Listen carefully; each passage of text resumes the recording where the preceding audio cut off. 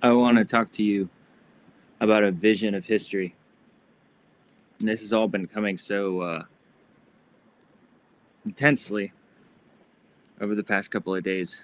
So there's been a lot here happening in a short period.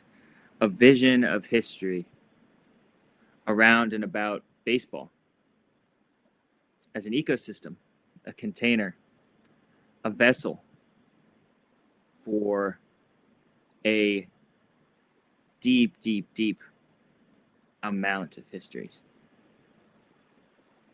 So we've talked about baseball players, right? And we've talked about the vision of baseball history that has been sanctified and remembered, whether that's due to Society of American Baseball Research's player documentary, a player biography project, whether that's historiographies done by people like Lawrence Ritter. There's multiple different ways where baseball history has been remembered. And I've already brought this up, that baseball history is really a working class history. And what we have conventionally, traditionally, is a model of history that is a history of political movements, social movements. It's a history of grand trajectories, right? So you talk about war times, you talk about inventions, you talk about turning points that reorient larger civilizational cultural structures, major events, right? So that's the conventional historical timeline, and it moves forward, whether that's 1900, 2000, 1800, etc. Baseball history has been conventionally theorized this way, and this is usually how human history is theorized, as a linear trajectory marked on a timeline by events.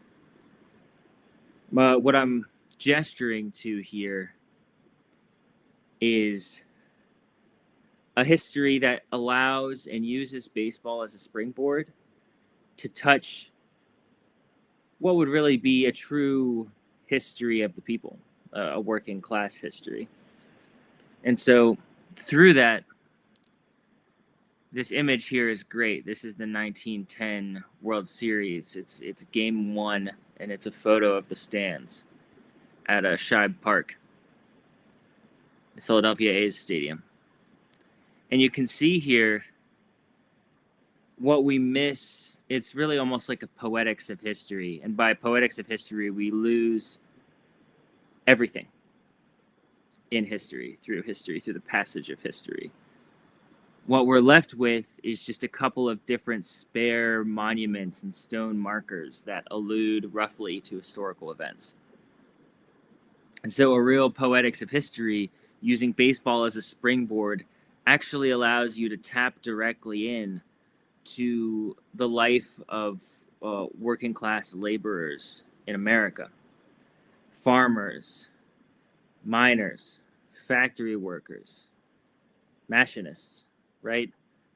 This is a springboard. It's almost like you're standing on the edge of a diving board and you jump in, and into the water, right, is the real pool of history, which is an unfathomable amount of deeply personal political lives that are in this milieu, which baseball itself is a sort of vector through which we can dig into and attempt to understand and remember these human lives, right? So I've kind of been circling that in terms of players in baseball and baseball history, right?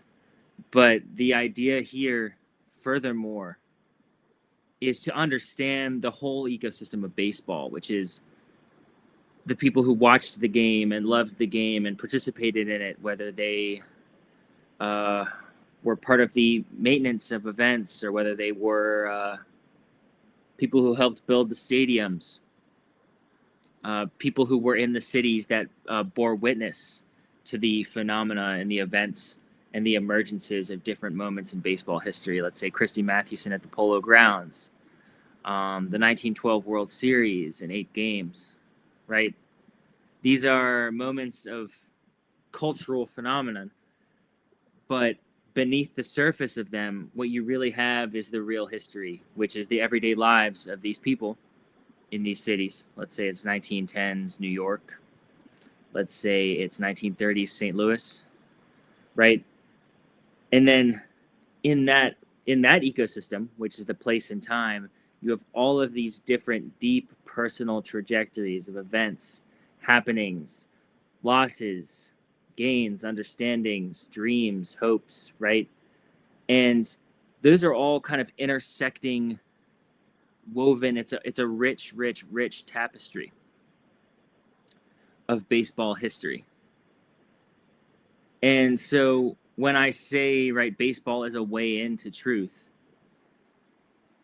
a lot of the documentary objects and a lot of the documentary images, including baseball cards, including photos, including newspapers, these are not separate from the historical moment in which they arose. And what I mean by that is that they held a deep meaning, a deep political, social, and cultural meaning. Even when it comes to stuff like the economy or wartime or manufacturing, these things that were, I gestured to this before, a part of everyday life, and they were necessary in order to sustain the ecosystems in and through which baseball emerged as a cultural product and really a spiritual, almost religious phenomenon, right? Even in the nature of that, baseball itself was this like rich ground of gathering through which there was real character, real camaraderie, a real sense of meaning, a sense of pride and joy and locality. So I talked about the Tip Top Bread cards, and I'll just bring those back because it helps elucidate that and frame that really well. These are cards that were made by the local bread company to immortalize their team, this local city team of the Pittsburgh Pirates, starring Honus Wagner, in their championship win over Ty Cobb and the Detroit Tigers. Think about these two cities, right? The centers of gravity in these cities. And you go to Pittsburgh now and you can still experience a lot of this old industrial Pittsburgh where you'd be walking around in the middle of the day and you couldn't see the sun because of the amount of smoke that was coming from these factories. And you go into the hills and the larger region beyond Pittsburgh, and you have these mining towns, right? And these are all still there. And what I'm gesturing to is there's this sense of it's such incredibly recent memory. But the way our current cultural and civilizational mode functions, it's like the memory is more 15 minutes than a memory of 100 years or 110 years. But this is so recent in terms of the literal sediment of the earth. If I wanted to gesture to you, let's say Roman civilization, we're talking about something that was so long ago that you would be digging into the earth in an attempt to recover it. You would be digging into old cultural customs. You'd be digging into old beliefs. It's a relative structure that's hard to reconcile with the modern world. And what's so powerful about baseball is it gestures immediately back to an ancestral past which is still there. These structures are still standing. The Pittsburgh Pirates, this is still very real, right? The major buildings and monuments of this period of time in Pittsburgh are still there. There just now is a shift that's occurring into a technologized Pittsburgh instead of an industrial Pittsburgh. We're looking at an ancestral history which is it's still almost breathing. It's still palpable. It's still in the air. And the lives and dreams of these early industrial metropolises and mining towns and coal towns are still there. And so when I'm looking at these baseball artifacts, let's say this 1910 photograph or the Lefty Grove Diamond Stars card, you're conjuring something that's so immediate. It's like it's still whispering. It's still the murmur of the dead. And there's something that's so powerful about that. There's something that's so fundamental about that, because we're there's so much of history that is just so lost, right? When we're talking about artifact recovery, a lot of the time when you're looking at an artifact of ancient Egypt or ancient Greece, these artifacts are so scarce and they're so difficult to interpret and reconcile to a modern concept of existence, that you are drawing out from the past something that's almost incomprehensible and untranslatable. It's like it literally is or was from another species, an entirely different epoch, right? But going into these artifacts of recent baseball history, you're touching on a time in the nascent, emerging American identity where this is all still here. And you can reach back to this origin, and you can reach back to this source point. And the architecture, the artifacts, they're all still living and breathing and palpable. And forming that connection is a way into this sort of nodal model of history that I'm elucidating right here, right? This nodal model, which includes, right? It includes all of these people in this photograph here, as well as the factory workers and the steel workers in the city of Pittsburgh who ingested this Pittsburgh Pirates team, and whose extracurricular cultural lives revolved around the sport of baseball. The people who owned these cards, who attended these events. And this to me is a much deeper form of history than a history of the everyday, which is to say basic documentary function, even political documentary functions, such as war documents, whatever it is, labor documents, because this is the heart of the people. This is the beating heart of the people. When you look at baseball during this period of time, anywhere from 1900 to the mid 50s, you're looking at the beating heart of the American civilization. And this is what people loved. This is what they felt. This is what they centered their leisure time around. This is what for them held palpable and deep meaning. Many of these people were also religious people, of course, right? But you go to the baseball game and it's materialized. And I brought this up before.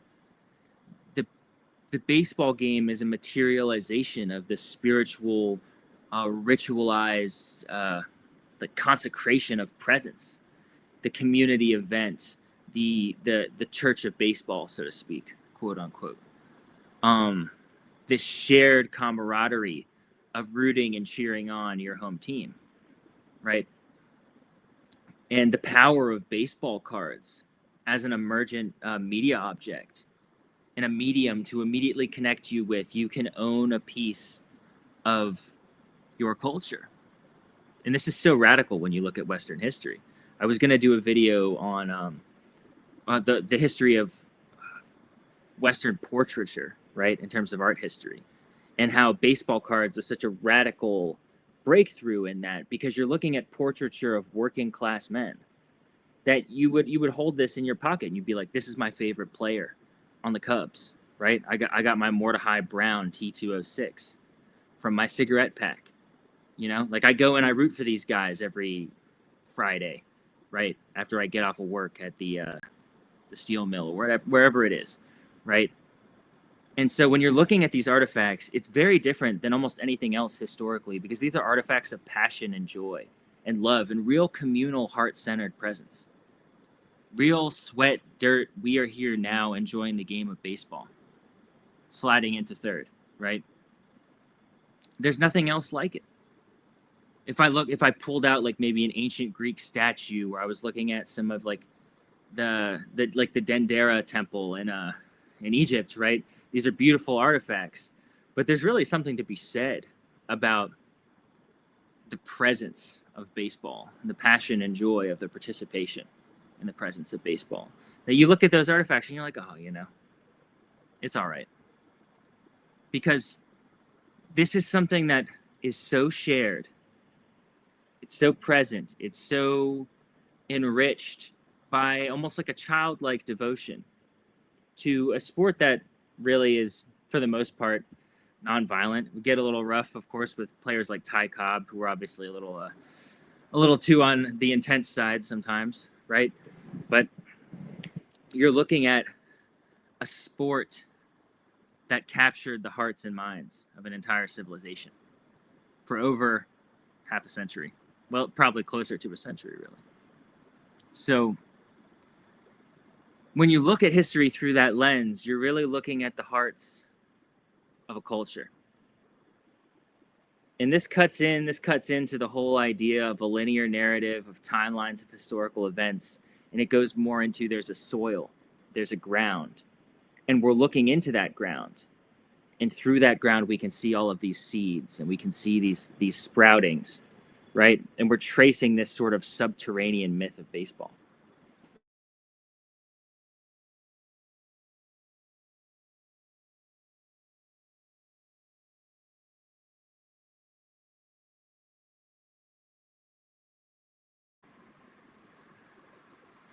And through that, you really get a sense for the power and the beating heart of a time that has just barely passed, right?